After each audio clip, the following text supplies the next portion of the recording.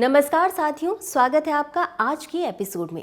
आज हम एक बेहद महत्वपूर्ण विषय पर बात करेंगे। विश्व स्वास्थ्य संगठन ने हाल ही में घोषणा की है कि एमपॉक्स, जिसे पहले मंकी पॉक्स के नाम से जाना जाता था, का प्रकोप अब वैश्विक सार्वजनिक स्वास्थ्य आपातकाल यानी public health emergency of international concern या PHEIC नहीं रहा है।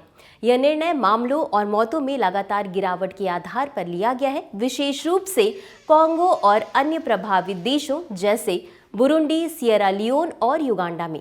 WHO के महानिदेशक ने बताया है कि अब इस बीमारी के संचरण के कारकों और गंभीरता की जोखिम कारकों की बेहतर समझ है और सबसे अधिक प्रभावित देशों ने प्रतिक्रिया क्षमता विकसित कर ली है।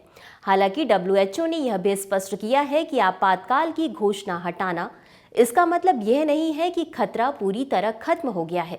अभी भी बीमारी के फैलने और नए प्रकोपों की संभावना बनी हुई है, जिसके लिए पर्याप्त निगरानी और प्रतिक्रिया क्षमता की आवश्यकता है। सबसे कमजोर समूहों, विशेष रूप से छोटे बच्चों और HIV से पीड़ित लोगों की सुरक्षा के लिए निरंतर प्रयासों की आवश्यकता है। यह भी ध्यान रखना महत्वपूर्ण है कि अफ्रीका CDC ने एमपॉक्स को अभी भी एक महाद्वीपीय आपातकाल घोषित किया है, क्योंकि अफ्रीका के कई देशों में नए मामलों में वृद्धि देखी गई है, जैसे घाना, लाइबेरिया, केन्या, जाम्बिया और तंजानिया में।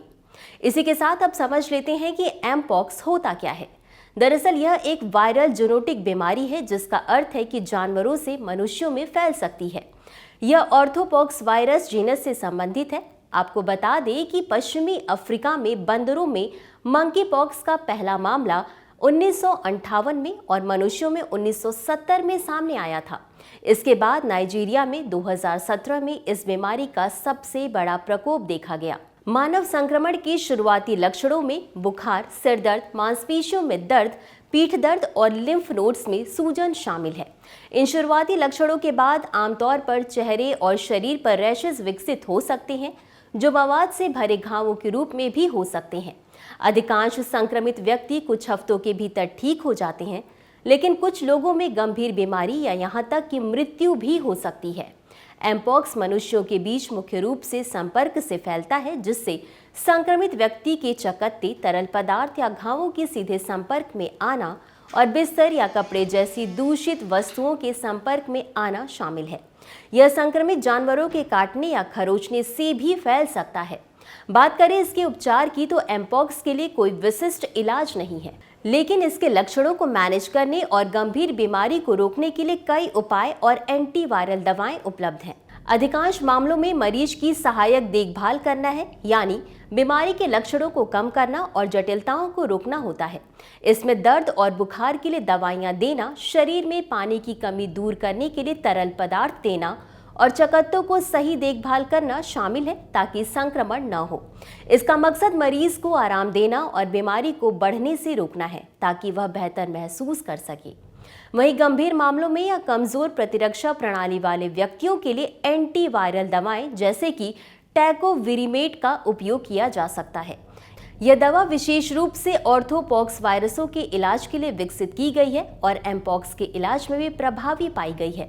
इसके अलावा चेचक के टीके एमपॉक्स के खिलाफ प्रभावी पाए गए हैं, क्योंकि दोनों वायरस एक ही परिवार के हैं। अब जान लेते हैं इसके रोकथाम के उपाय क्या होने चाहिए। संक्रमित व्यक्ति या जानवरों से दूर रहना चाहिए और संक्रमित सतहों या वस्तुओं के संपर्क से बचना चाहिए। बार बार साबुन और पानी से हाथ धोना या अल्कोहल आधारित हैंड सैनिटाइजर का इस्तेमाल करना जरूरी है। तो आज के एपिसोड में बस इतना ही। इसी के साथ देख लेते हैं आज के अभ्यास प्रश्न को। WHO ने पहली बार एमपॉक्स को PHEIC यानी सार्वजनिक स्वास्थ्य आपातकाल कब घोषित किया था? आपके ऑप्शंस हैं A 2022, B 2023, C 2024 या D 2025। इस प्रश्न का उत्तर कमेंट बॉक्स में जरूर दें। आज के लिए बस इतना ही। धन्यवाद।